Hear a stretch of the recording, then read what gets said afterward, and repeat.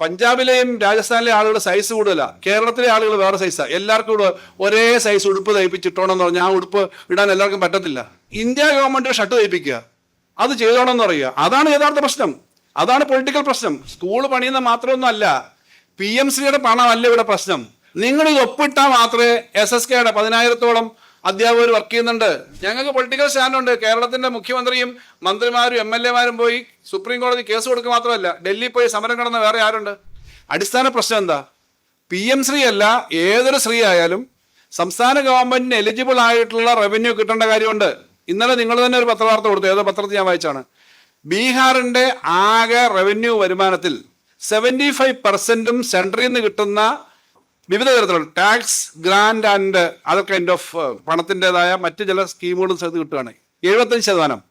കേരളത്തിന് ആകെ നമ്മുടെ റവന്യൂ സീറ്റിൽ 25% ഈ വർഷം കിട്ടുന്നുള്ളൂ. ഞാൻ ചുമതല എടുക്കുന്ന സമയത്ത് 34% ഉണ്ടായിരുന്നു.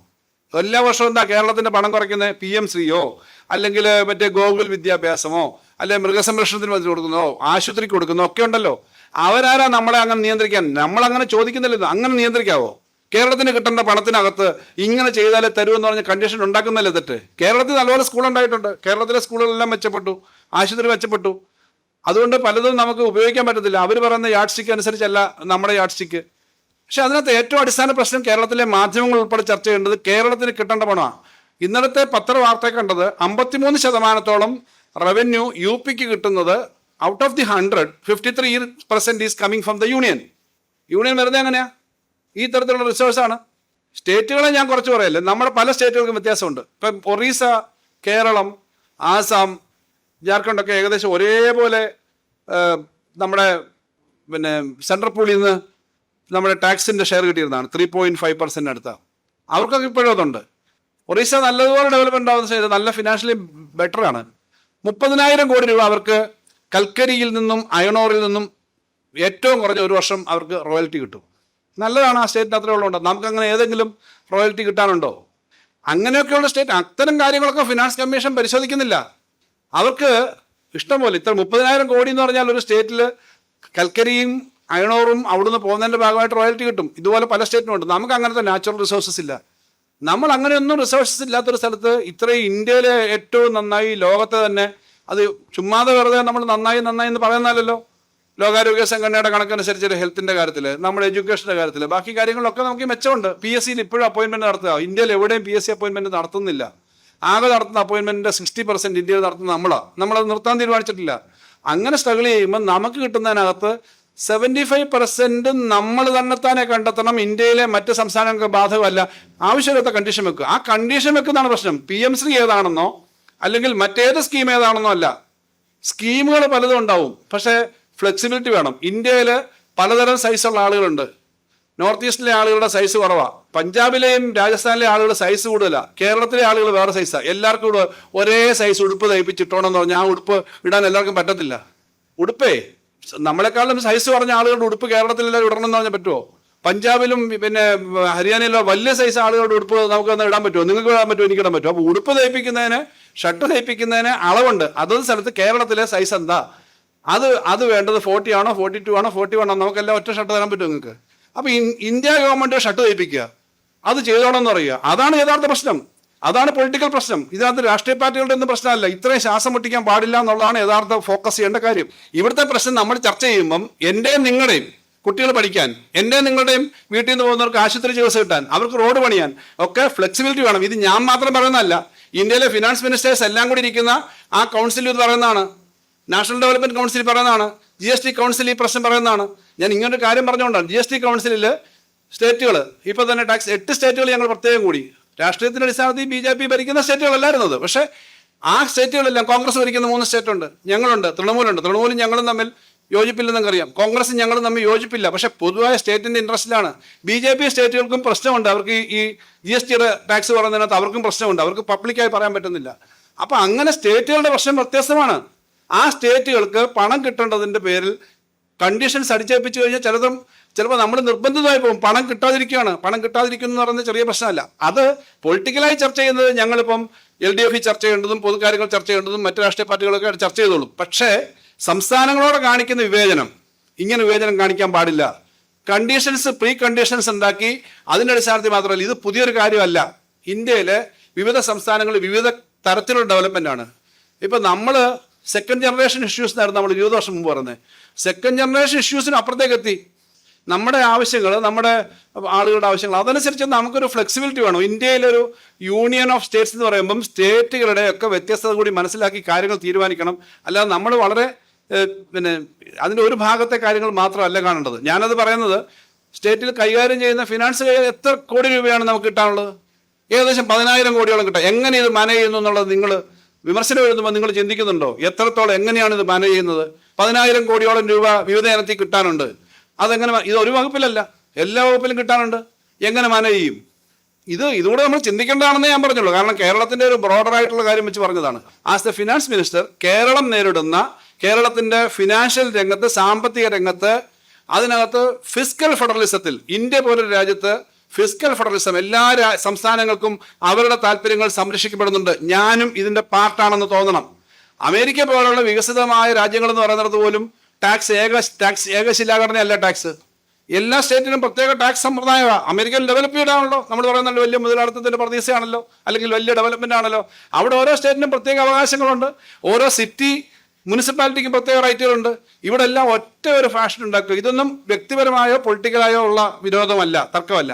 ഇതൊരു സ്റ്റേറ്റുകളുടെ ഇഷ്യൂ ആണ്. ഈ ഫിസ്ക്കൽ ഫെഡറലിസം ഒരു ചെറിയ പ്രശ്നമല്ല.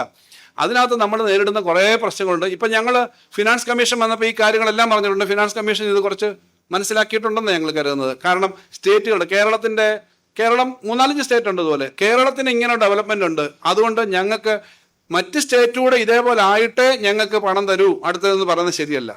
ഈ തരം കാര്യങ്ങൾ നമ്മൾ ചർച്ച ചെയ്തിട്ടുണ്ട്. ഞങ്ങൾ എവിടെയും പറയാതല്ല, ഫിനാൻസ് കമ്മീഷന്റെ മുന്നിൽ തന്നെ ഈ ഡെവലപ്മെന്റ് ഇഷ്യൂസ് നമ്മൾ പറഞ്ഞിട്ടുണ്ട്. സ്കൂൾ പണിയുന്ന മാത്രമൊന്നും അല്ല, PMCയുടെ പണമല്ല ഇവിടെ പ്രശ്നം. നിങ്ങൾ ഇത് ഒപ്പിട്ടാൽ മാത്രമേ SSKയുടെ 10,000-ഓളം അധ്യാപകർ വർക്ക് ചെയ്യുന്നുണ്ട്. അവർക്ക് ശമ്പളം കൊടുക്കുന്ന ഒരു ഭാഗം നമ്മളെ കൊടുക്കുന്നത്. കഴിഞ്ഞ 1-2 വർഷമായിട്ട്, 2-3 വർഷമായിട്ട് കേന്ദ്രത്തിൽ നിന്ന് കിട്ടേണ്ട സ്കീം, അത് സ്കീമാണ്. ഈ PMC ഒപ്പിട്ടില്ലെങ്കിൽ മറ്റേ സ്കീമിനൊന്നും പണം വരത്തില്ലെന്ന് പറയുക. അതുകൊണ്ട് ആ പണം കൂടി അഡ്ജസ്റ്റ് ചെയ്തിട്ടാണ് ആ അധ്യാപകരൊക്കെ എത്ര ബുദ്ധിമുട്ടുന്നു, പലരും സമരത്തിലുണ്ട്, നമ്മൾ അവരുടെയും കൂടെ പണം അഡ്ജസ്റ്റ് ചെയ്ത് കൊടുക്കുക. അങ്ങനെ വരുന്ന ഒരു കണ്ടീഷൻ, അതായത് PMC ഒപ്പിട്ടില്ലെങ്കിൽ ഇതൊന്നും തരില്ല എന്ന് പറയുന്ന തരത്തിലേക്കുള്ള സമീപനം എടുക്കുകയാണ്. അങ്ങനെ ഒരു സമീപനം എടുക്കുന്നത് ശരിയല്ല എന്നുള്ളതാണ് പറഞ്ഞത്. അത്തരം കണ്ടീഷൻസ് അതിൽ നിന്ന് കിട്ടുന്ന പണമല്ല, അതിനേക്കാൾ ഉപരി ഒരു പണവും തരില്ല. നമ്മൾ ഈ കൊടുക്കേണ്ട പണം മുഴുവനും നമ്മൾ ഇതിൽ നിന്ന് അഡ്ജസ്റ്റ് ചെയ്ത് കുറേയേറെ സ്റ്റുഡൻസിനെ ബാധിക്കുന്ന കാര്യമുണ്ട്. ടെക്സ്റ്റ് ബുക്ക് അടിക്കുന്നതിൻ്റെ ഒരു പെർസെൻറ്റേജ് അവർ തരേണ്ടതുണ്ട്. യൂണിഫോമിൻ്റെ കുറച്ച് പെർസെൻറ്റേജ്, ഇതെല്ലാം ചെറിയ പെർസെൻറ്റേജാണ്. പക്ഷേ ഈ ചെറിയ പെർസെൻറ്റേജ് എല്ലാം കൂടെ കൂടി വരുമ്പോൾ നല്ലൊരു തുകയാണ്. അപ്പോൾ അതുകൊണ്ട് നമ്മൾ ആ പണം കൂടി കിട്ടാതെ വരുന്നതാണ് ഈ 1,500 കോടി എന്നൊക്കെ പറയുന്നത്. അല്ലാതെ PMCക്കൊന്നും അത്രയും തുകയില്ല. അത്രയും തുക തരാതിരിക്കുകയാണ്. നിങ്ങൾ ഇത് ഒപ്പിട്ടാലേ തരൂ, നമ്മളെ പ്രസ് ചെയ്തിട്ട് ഒപ്പിടിക്കുന്ന രീതിയാണ്. അത് നമ്മളൊന്ന് ചിന്തിക്കണം. അങ്ങനെ പ്രസ് ചെയ്ത് ഒപ്പിടിക്കാവോ? കേരളത്തിന് അർഹമായത് കിട്ടണ്ടേ? തമിഴ്നാടിനോ കേരളത്തിനോ UPക്കോ ബംഗാളിനോ എല്ലാ സ്റ്റേറ്റിനും അർഹമായത് കിട്ടണമെന്ന് ഞാൻ പറയുന്നത്. അല്ലാതെ കേരളത്തിന് മാത്രമൊന്നുമല്ല, എല്ലാ സ്റ്റേറ്റിനും അവരുടെ ഒരു സ്വാതന്ത്ര്യം കൂടി വെച്ചുകൊണ്ട് തന്നെ കാര്യങ്ങൾ കാണണം. അതൊരു പോളിസി പ്രശ്നമാണ്. സുപ്രീം കോടതിയിൽ പോയി കേസ് പറഞ്ഞ് ഏറ്റവും കൂടുതൽ ഫൈറ്റ് ചെയ്ത സ്റ്റേറ്റ് ഇന്ത്യയിലെ ആദ്യത്തെ ആരാ? കോൺസ്റ്റിറ്റ്യൂഷൻ ബെഞ്ചിന് കേരളം കൊടുത്ത കേസ് കോൺസ്റ്റിറ്റ്യൂഷൻ ബെഞ്ച് വിട്ടേക്കുക. ഇന്ത്യയിൽ ആദ്യമായിട്ട് അത്തരം ഒരു കേസിന് പോയതും കേസ് കോടതി കേട്ടതും ഇപ്പൊ ഈ പറഞ്ഞ ഡിവിഷൻ ബെഞ്ചിന്, കോൺസ്റ്റിറ്റ്യൂഷൻ ബെഞ്ചിന് വെച്ചേക്കുന്നത് കേരളത്തിൻ്റെയാണ്. പക്ഷെ അങ്ങനെ പോകുമ്പോൾ അതിൻ്റെ ബുദ്ധിമുട്ടൊക്കെ ഉണ്ട്. കേസിന് പോകുമ്പോൾ പിന്നെ എല്ലാ ഫയലിലും അതിൻ്റെ പ്രശ്നം കാണുമല്ലോ. സെൻട്രലുമായിട്ടുള്ള റിലേഷൻഷിപ്പിനകത്ത് ഞങ്ങൾ ഈ കേസും ഇതെല്ലാം ഫൈറ്റ് ചെയ്യുമ്പോഴും പൊളിറ്റിക്സ് പറയുമ്പോഴും അഡ്മിനിസ്ട്രേറ്റീവ് കാര്യങ്ങളിലൊക്കെ എല്ലാ കാര്യങ്ങളും സഹകരിച്ച് പോകാനാണ് ശ്രമിക്കുന്നത്. പക്ഷെ ഇഷ്യൂ ഈ സ്റ്റേറ്റുകൾക്ക് കൊടുക്കേണ്ട പണം നിങ്ങളൊന്ന് ആലോചിച്ചേ. 75 രൂപ മറ്റ് സ്റ്റേറ്റുകൾക്ക് പലയിടത്തും കൊടുക്കുമ്പോൾ ഇന്ത്യൻ ശരാശരി 53% ആണ് സെൻട്രിൽ നിന്നുള്ള ട്രാൻസ്ഫേഴ്സ്. സെൻട്രിൽ നിന്നുള്ള ട്രാൻസ്ഫേഴ്സ് എന്ന് പറഞ്ഞാൽ ഇപ്പം വളരെ ചെറിയ തുക ഒഴിച്ച് ബാക്കി മൊത്തം സെൻട്രാണ് കളക്ട് ചെയ്തുകൊണ്ട് പോകുന്നത്. അതുകൊണ്ടാണ്, മുമ്പ് അത്ര ഇല്ലായിരുന്നു. ഇപ്പോൾ GST വന്നപ്പം സ്റ്റേറ്റിൻ്റെ 44% ടാക്സേഷൻ റൈറ്റും സെൻട്രലിൻ്റെ 28% ടാക്സേഷൻ റൈറ്റുമാണ് വിട്ടുകൊടുത്തത്. പക്ഷെ കിട്ടുന്നത് 50-50ആണ്. അപ്പം ഞങ്ങൾ പറഞ്ഞു 60-40 ആക്കണം, അത് തരുന്നില്ല. അപ്പോൾ ഈ പണം മുഴുവൻ കളക്ട് ചെയ്യുന്നത്, മദ്യത്തിൻ്റെയും പെട്രോളിൻ്റെയും ഒഴിച്ച് ബാക്കി മുഴുവൻ പണവും കളക്ട് ചെയ്യുന്നത് സെൻട്രൽ ഗവൺമെൻറ്റാണ്. നേരത്തെ തന്നെ ഇൻകം ടാക്സും സർവീസ് ടാക്സും എല്ലാം അവിടെയാണല്ലോ. ഈ കളക്ട് ചെയ്യുന്നതിൽ നിന്നും താഴോട്ട് കൊടുക്കുന്നത് ശരാശരി കണക്ക് കൂട്ടിയാൽ ഇന്ത്യയിലെ സ്റ്റേറ്റുകൾക്ക് 53% ഒരു സ്റ്റേറ്റിൻ്റെ റവന്യൂവിൻ്റെ 100 രൂപ സ്റ്റേറ്റിന് റവന്യൂ ഉണ്ടെങ്കിൽ 53 രൂപയും സെൻട്രൽ ഗവൺമെൻറ്റിൽ നിന്നുള്ള ട്രാൻസ്ഫേഴ്സാണ്. മൊത്തം അവർ പിടിച്ചു വെച്ചേക്കാണ്. ഇത് പറഞ്ഞത് ഇത് റിസർവ് ബാങ്കിൻ്റെയും സ്റ്റേറ്റ് ബാങ്കിൻ്റെ സ്റ്റേറ്റ് ഓഫ് സ്റ്റേറ്റ് ഫൈനാൻസസ് എന്ന് പറഞ്ഞ റിപ്പോർട്ടാണ് ഞാൻ കൂട്ടിയത്, അല്ല എൻ്റെ കണക്കൊന്നും അല്ല. സ്റ്റേറ്റ് നിന്നാൽ കേരളത്തിന് അത് 25% കിട്ടുന്നുണ്ടെങ്കിൽ നിങ്ങൾക്കും വിഷമം വേണ്ടേ? വിഷമമുണ്ട്, നിങ്ങൾ എഴുതുന്നുണ്ട്, ഇല്ലെന്നല്ല ഞാൻ പറഞ്ഞു. ആ ഒരു പ്രശ്നമുണ്ട്. കേരളത്തിൻ്റെ ഈ സാമ്പത്തികമായി ശ്വാസം മുട്ടിക്കുന്നു എന്ന് പറയുമ്പോൾ ഇത്തരം കാര്യങ്ങൾ വെച്ചിട്ട് നിങ്ങൾ ചെയ്താലേ പണം തരും എന്ന് പറയുന്നത് ഒരു വല്ലാതെ ശ്വാസം മുട്ടിക്കൽ തന്നെയാണ് കേന്ദ്രം ചെയ്യുന്നത്. ആ ശ്വാസം മുട്ടിക്കുന്ന നിലപാടിനെതിരെ ഒരുമിച്ചിരിക്കുക എന്നുള്ളത് വളരെ പ്രധാനപ്പെട്ട കാര്യമാണ്. ഞങ്ങൾക്ക് പൊളിറ്റിക്കൽ സ്റ്റാൻഡുണ്ട്. കേരളത്തിൻ്റെ മുഖ്യമന്ത്രിയും മന്ത്രിമാരും MLA മാരും പോയി സുപ്രീം കോടതി കേസ് കൊടുക്കുക മാത്രമല്ല, ഡൽഹിയിൽ പോയി സമരം കിടന്ന വേറെ ആരുണ്ട്? കേരളത്തിലെ UDF അത് സഹകരിച്ചില്ല. ഇന്ത്യയിലെ മറ്റു സ്ഥലത്തെ പിന്നെ ഞാനിപ്പോൾ ഉദ്യോഗസ്ഥന്മാരെല്ലാം കൂടെ ഉള്ളതുകൊണ്ട് കൂടുതൽ കാര്യങ്ങൾ പറയുന്നില്ല. മുഖ്യമന്ത്രി ഉൾപ്പെടെ പോയല്ലോ. മുഖ്യമന്ത്രി ഉൾപ്പെടെ അവിടെ പോയിട്ട് ഒരു ദിവസം സമരം ഇരുന്നല്ലോ. ഇന്ത്യയിലെ പ്രമുഖരായ പാർട്ടി പല സംസ്ഥാനങ്ങളുടെ നേതാക്കന്മാർ, ഫാറൂഖ് അബ്ദുള്ളയെ പോലെ വളരെ സീനിയറായ ആളുകൾ ഉൾപ്പെടെ അവിടെ വന്നില്ലേ? എല്ലാവരും അവിടെ വന്നില്ലേ? അപ്പം ഞങ്ങൾ പൊളിറ്റിക്കലി അവരുമായിട്ട് കോംപ്രമൈസ് ചെയ്യാനാണെങ്കിൽ ഈ സമരത്തിന് പോവോ?